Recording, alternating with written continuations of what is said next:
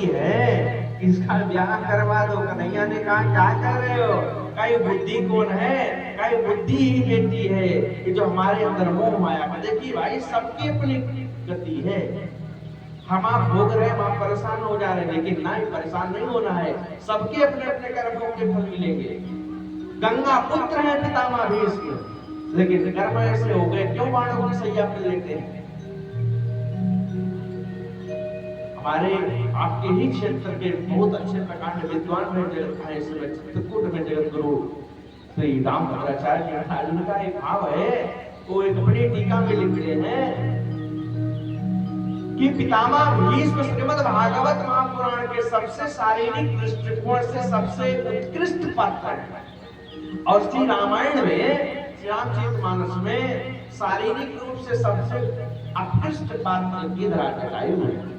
लेकिन जटायु की जैसी भी गति पितामह भीष्म की नहीं हुई है। जटायु और पितामह भीष्म की तुलना करते हैं। जटायु जी के पंख को रावण ने काट दिया, जटायु जी धरती पे गिर गए, राम राम का यमराज आ गए, चलो जटायु। जटायु ने कहा तब तक नहीं चलूंगा। जरा विचार करिएगा, अगर पितामह भीष्म कह रहे हैं कि प्रभु आप सामने खड़े होइए, इच्छा मृत्यु के वरदानी है, तो जटायु जी भी इच्छा मृत्यु वरदान पा रहे हैं कि नहीं पा रहे हैं? अपनी इच्छा से कह रहे हैं कि यमराज रुके रहो, यमराज रुक गए। इच्छा मृत्यु का ही वरदान है वाल्मीकि रामायण में। जटायु जी ने रोक दिया है यमराज को कि रुके रहो, मैं अभी नहीं मरूंगा। कहा क्यों नहीं मरोगे? कहा जब तक मैं अपने प्रभु राघवेंद्र सरकार को इसका समाचार नहीं दूंगा, तब तक मैं नहीं मरूंगा। इच्छा मृत्यु का ही वरदान है, बात नंबर 1। अब बात नंबर 2, पितामह भीष्म को सदैव देवो भगवान से प्रार्थना करना पड़ा। लेकिन कंकावली रामायण में बाबा गोस्वामी श्री तुलसीदास जी महाराज ने लिखा कि राम ने जब देखा जटायु जी को ना, तो जटायु को देखते ही राम की आंखों में आंसू आ गया कि सिया राम विलोकिनी ये जब ते निज देह टके सवारन, सिया राम विलोकिनी ये जब ते निज देह टके सवारन। हरि धीरज बोली उठी बरोनी, हरि धीरज बोली उठी बरोनी, नीरज तेरे धरन से पुत्री कहे मानस से हटी जा, आंसुआ कहे पाँव पखारन, पलकी कहे मोती राघव को, अपिया कहे उड़ने सोचिए, जटायु जी जैसा कौन बड़भागी हो सकता है जिसके जटायु जी की आंखें करी मुझे राघवेंद्र सरकार की स्वरूप को अपने आंखों के कैमरों में बंद कर लेने दो। तब तक वरुणी कह रही है हट जा, मुझे राम जी के चरणों में लगे हुए इस रज को झाड़ लेने दे। एक पितामह भीष्म को नहीं मिल पाया। पितामह भीष्म इच्छा मृत्यु के वरदानी थे। क्यों? अंतर क्या है? हरि सभा में मैया द्रौपदी चिल्लाती रही, पितामह भीष्म नहीं बोले। अन्याय के साथ लड़े रहे। हमेशा न्याय के साथ रहना चाहिए, सच बोलना चाहिए, सबको चाहिए। भले आपकी बात कोई माने चाहे ना माने, चाहे समाज माने चाहे ना माने, लेकिन जो बात गलत है उसको गलत करना चाहिए। हम झूठी प्रशंसा में परेशान है। कोई आदमी गलत है, हम गलत को गलत नहीं कर पा रहे हैं, इसीलिए हम आप परेशान हैं। पितामह भीष्म अगर कह देते कि दुशासन इतनी बड़ी हिम्मत तुम्हारी नहीं है, मैं सभा में बैठा हूँ, तुम क्या कर रहे हो, तो दुशासन की इतनी हिम्मत नहीं थी कि इतना बड़ा कदम उठाता। नहीं बोला। जटायु जी ने एक मिनट नहीं रुका, रावण को चैलेंज कर दिया। रावण उस समय का सबसे बड़ा आतंकवादी था। रावण जैसा बल किसका था, रावण इतना बल किसके पास था, लेकिन जटायु जी नहीं माने, भिड़ गए। परिणाम क्या हुआ? पितामह भीष्म को भगवान से प्रार्थना करना पड़ता है, लेकिन जटायु जी को भगवान के सामने खड़ा करके भगवान यमराज को चैलेंज कर दिया जटायु जी ने। अंत में बाबा श्री रामचरितमानस में इतनी बड़ी उपमा देते हैं जटायु जी को कि जटायु के समान कोई है ही नहीं है कि कह अंगद विचारी मन माही।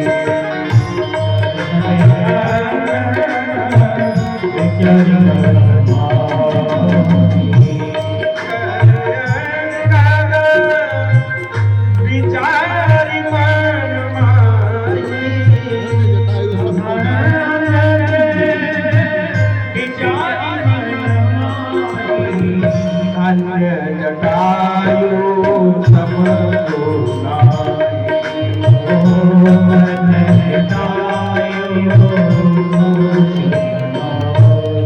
जटायु के समान कौन हो सकता है? क्यों?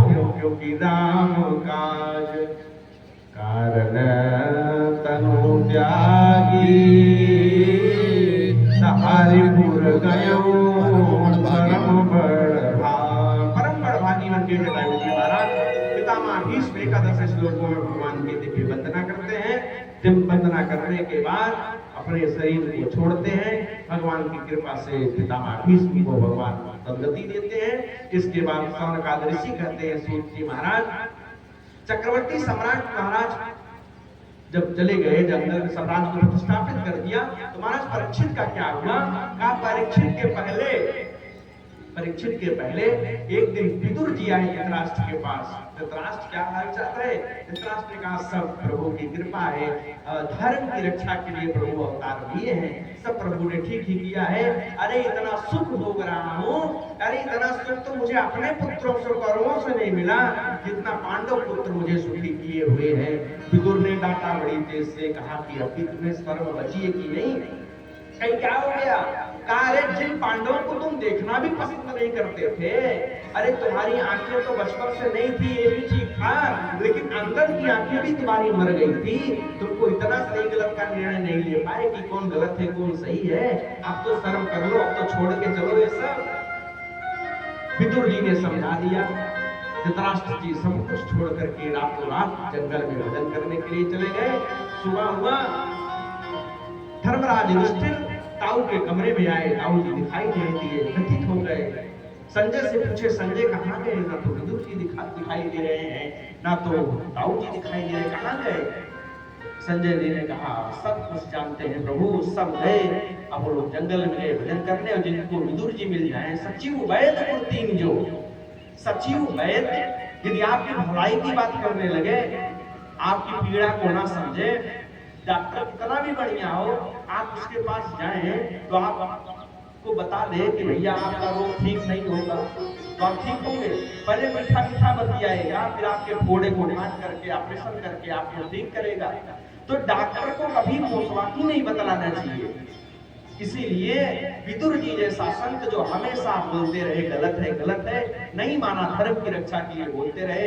चले गए जंगल में, सब लोगों ने समझाया। इधर द्वारिकाधीश भगवान श्री कृष्ण अर्जुन को लेकर के समस्त पांडवों को अपने राज्य को चलाने के लिए, संचालित करने के लिए कहा करके तैयार हो गए जाने के लिए। महारानी कुंती सामने चली आई।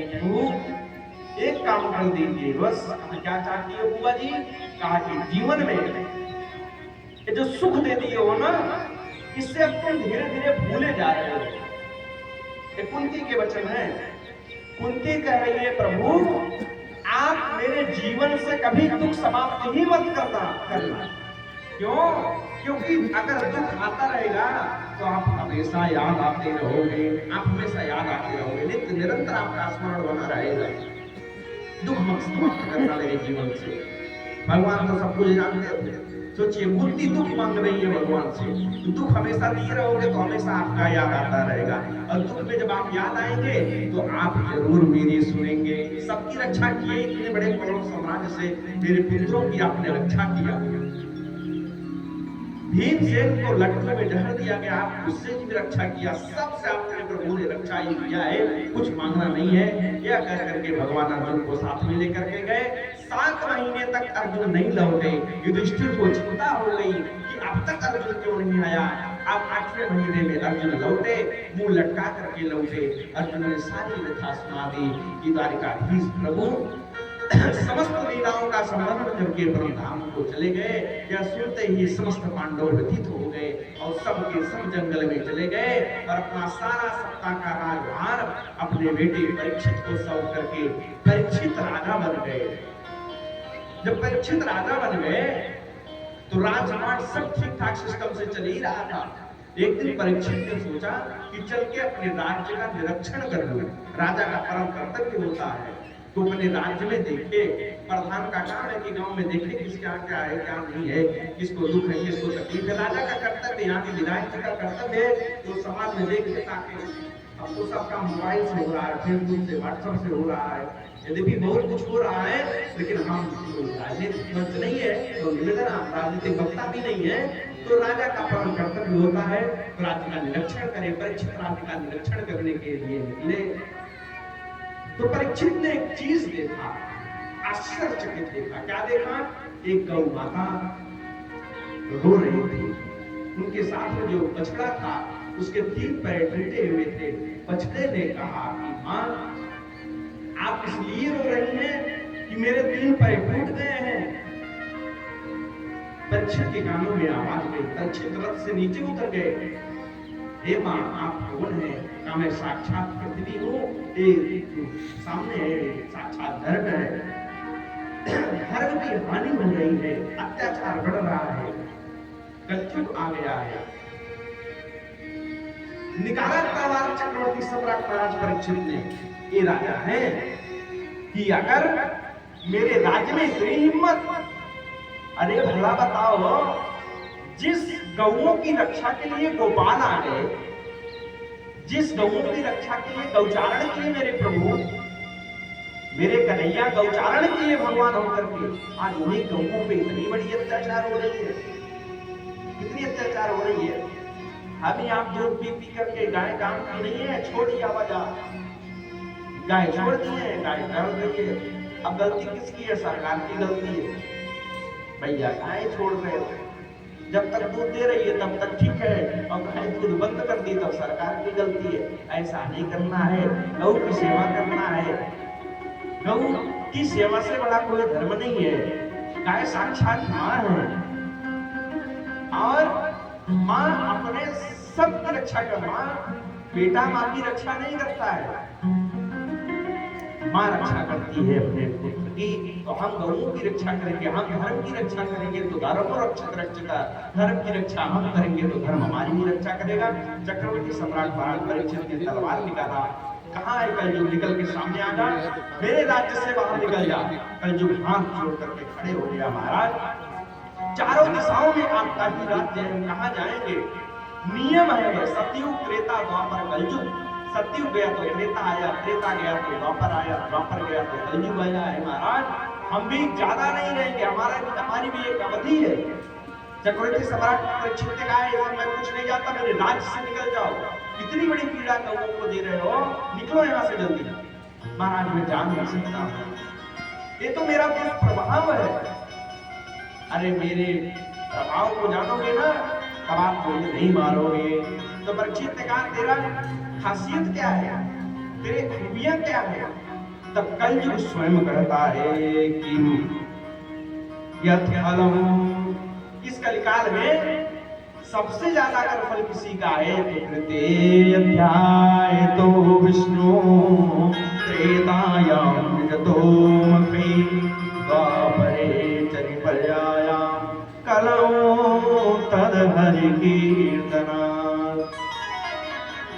मेरे कलयुग का ही प्रभाव है कि यत्फलं नास्ति तपसा न योगेन समाधिना तत्फलं लभ्यते सम्यकलौ केशव कीर्तना। इस काल में जो काम बड़े बड़े युगों में बड़े बड़े महात्मा ध्यानी से पाते थे, ध्यान से समाधि से पाते थे, यम नियम आसन प्राणायाम प्रत्याहार ध्यान धारणा समाधि से पाते थे, वह फल इस कलिकाल में मेरे युग में केवल एक बार भगवान का नाम ले लेता है जो, उसका तो कल्याण हो जाता है, उसका कल्याण हो जाता है जो एक बार नाम ले लेता है। तो ये मेरे युग की खासियत है। कलयुग की इस प्रशंसा को सुन करके चक्रवर्ती सम्राट परीक्षित रुक गए। महाराज आप राजा हैं, आपकी बातों को मैं मना नहीं कर सकता, आप मुझे कुछ स्थान दे दीजिए, मैं वहीं जाकर के रह लूं। परीक्षित ने कहा, ये बात सही है, तो जाओ जहां पे लोग मदिरापान करते हो वहां रहना। कलयुग को स्थान दिए हैं, 4 स्थान दिए।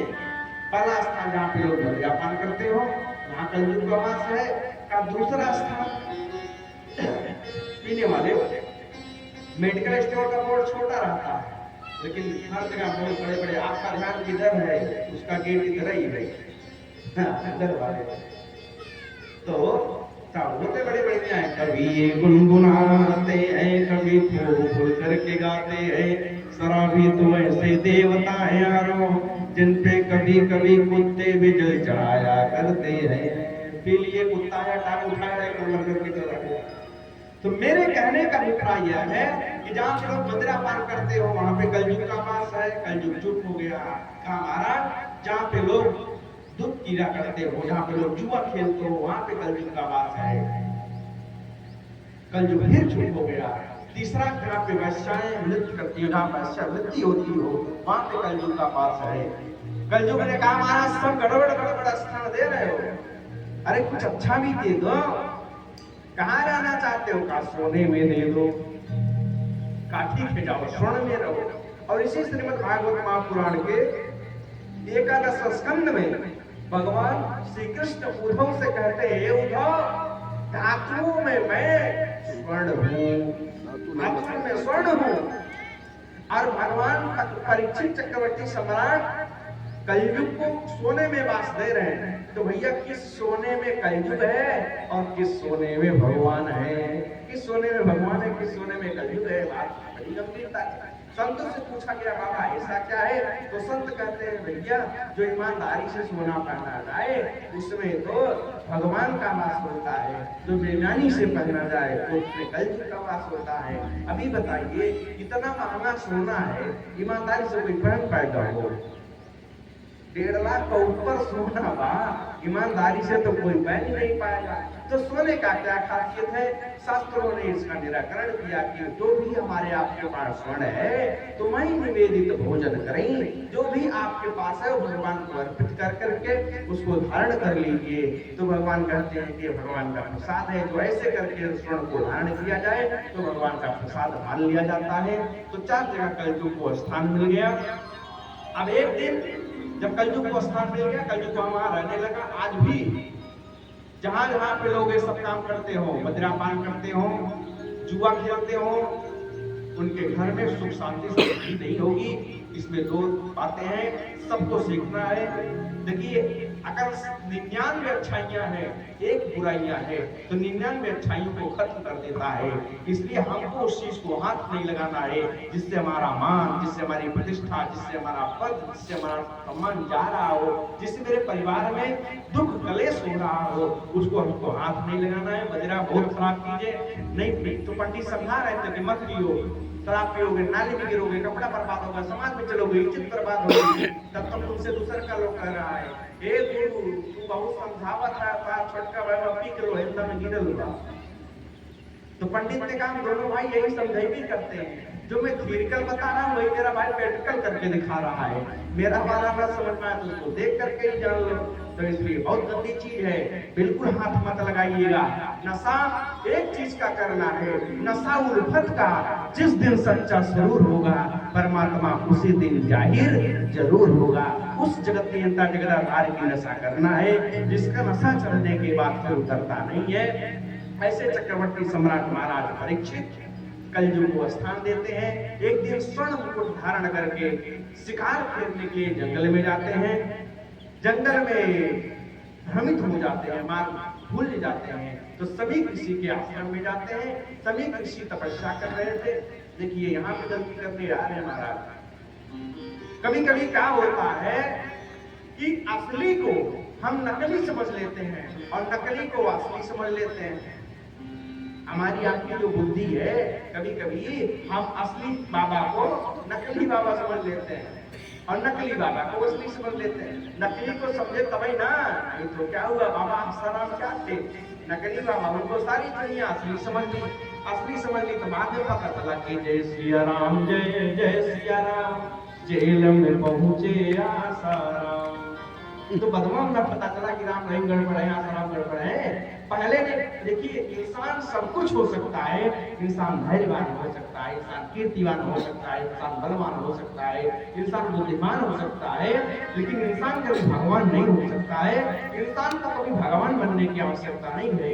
ये बात चेला कहता है कि गुरुर्ब्रह्मा गुरुर्विष्णु गुरुर्देवो महेश्वरः गुरुर् साक्षात् परब्रह्म तस्मै श्री गुरुवे नमः।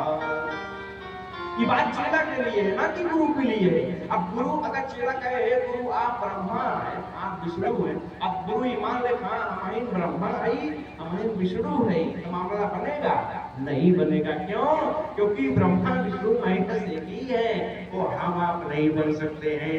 तो हमको आपको क्या हुआ, चक्रवर्ती सम्राट महाराज परीक्षित ऋषि को बुलाए, ऋषि तपस्या में मग्न थे, सोचे नाटक कर रहे हैं, जानबूझ करके नहीं बोल रहे हैं, हमको देख करके चुप हो गए हैं। इसलिए क्या किए कि बगल में ही एक मरा हुआ सर्प था, उसको अपने धनुष बाण से उठाए और समीक ऋषि के आसन पर जाकर के महाराज उनके गले में मरा हुआ सर्प डाल दिया। मरा हुआ सर्प उनके गले में जब डाल दिया तो महाराज आश्रम का एक बेटा जा करके कौशिकी नदी में समीक ऋषि का बेटा स्नान कर रहा था, जाकर के बता दिया कि भैया आपके पिताजी के गले में कोई चक्रवर्ती सम्राट आया था, वो बाबा तपस्या कर रहे थे, उनके गले में मरा हुआ सर्प डाल करके चला गया। बेटा क्रुद्ध हो गया, हाथ में वही नदी के जल को उठाया, हाथ में लिया और संकल्प ले लिया, और संकल्प लेकर के श्राप दे दिया कि जाओ, जिस किसी ने इतना बड़ा दुशासन किया है, मेरे पिता के गले में मरा हुआ सर्प डाला है, वही तक्षक मुझे 7वें दिन डस लेगा और उसकी मृत्यु हो जाएगी। यही सर्प काटने से उसकी मृत्यु हो जाएगी। परीक्षित जी समझ नहीं पाए कि ये असली बाबा है, नकली बाबा नहीं है। श्री राम कथा में बहुत अच्छे अच्छे लोग बैठे हुए हैं, जो बहुत अच्छे कथा के भाई हमारे सेठ जी हैं, हमारे मिश्रा जी हैं। तो निवेदन हम आपसे करते हैं, एक राजा है प्रताप भानु। प्रताप भानु की कथा आप सब लोग जानते होंगे। प्रताप भानु नकली साधु को असली साधु समझ लिया, नकली साधु बन करके आया तो उसको असली समझ लिया। तो क्या हुआ कि कई जन्मों तक राक्षस बनना पड़ गया, और इधर चक्रवर्ती सम्राट महाराज परीक्षित असली साधु को बोलिए सियावर रामचंद्र की, लाल कृष्णचंद्र भगवान की, श्री कृष्ण गोविंद हरे मुरारे, जय नाथ नारायण वासुदेव, कृष्ण गोविंद हरे मुरारे, नाथ नारायण वासुदेव, जय नाथ नारायण वासुदेव, नाथ नारायण वासुदेव, नाथ नारायण वासुदेव, नाथ नारायण वासुदेव, श्री कृष्ण गोविंद हरे मुरारे, नाथ नारायण वासुदेव, कृष्ण गोविंद हरे नाथ नारायण रामचंद्र की। तो हम आपसे निवेदन कर रहे थे कि परीक्षित को बड़ा दुख हुआ, आए पता चला किसी ने जाकर के महर्षि से बताया कि महर्षि आपके गले में जो राजा सर्प डाल के गए वो चक्रवर्ती सम्राट महाराज परीक्षित थे, बेटे ने आपके श्राप दे दिया है। बड़े दुखी हुए महाराज, बड़े पापी राजा थे, अरे भूल से उनसे हो गई, उनको ऐसा श्राप नहीं देना चाहिए था। बहुत समझाया तो परीक्षित को जाकर के संदेशा भेजा कि जाकर के बता करके आओ, ये बड़ा ही गलत हुआ है, ऐसा नहीं होना चाहिए था, ऐसा करना गलत है। महाराज को जाकर के संदेशा दिया जाए। इधर महाराज को संदेशा दिया गया है। निवेदन करूं आपसे, संदेशा देने के बाद चक्रवर्ती सम्राट महाराज परीक्षित तुरंत यत्न करना शुरू कर दिए। मुझे श्राप तो लग गई है, मुझे श्राप लग गई है, क्या करना चाहिए श्राप के लिए? तमाम बड़े बड़े महात्माओं को बुलाया गया और सब महात्माओं को बुला करके इस श्राप से मुक्ति कैसे हो, ब्राह्मण के श्राप से मुक्ति कैसे हो, इसका उपाय खोजा जाए। उपाय नहीं मिल रहा था तो बहुत सारे महात्माओं को लेकर के चले गए, गंगा के पावन पुण्य तट पर बैठ गए। वहां पे तमाम बड़े बड़े एक से बढ़कर के एक ऋषि महात्मा आए हुए थे। समस्त ऋषियों के बीच बैठ करके पूछ ही रहे थे तो क्या किया जाए, कहा इस मृत्यु का केवल एक ब्राह्मण के श्राप से केवल एक लोग बचा सकते हैं। कहा वो कौन है, कहा बाबा सुखदेव जी महाराज हैं। क्या किया जाए, सुखदेव जी का आवाहन किया जाए। तो समस्त ऋषि मिलकर के सुखदेव जी का आवाहन करते हैं और उन समस्त श्रोताओं के मध्य में 14 वर्षीय बाबा से सुखदेव जी महाराज प्रकट होते हैं। बोलिए सुखदेव जी महाराज की जय। सुखदेव जी महाराज का प्राकट्य होता है। परीक्षित हाथ जोड़ करके समस्त ऋषियों के बीच में सारे ऋषि उनसे निवेदन करते हैं कि हरि की कथा सुनाने वाले, हरि की कथा सुनाने वाले, गोविंद कथा सुनाने वाले, तुमको लाखों प्रणाम, तुमको लाखों प्रणाम।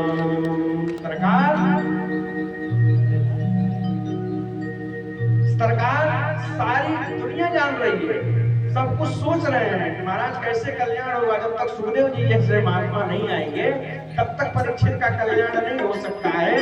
अब परीक्षित का कल्याण कैसे होगा। हरि की कथा सुनाने वाले,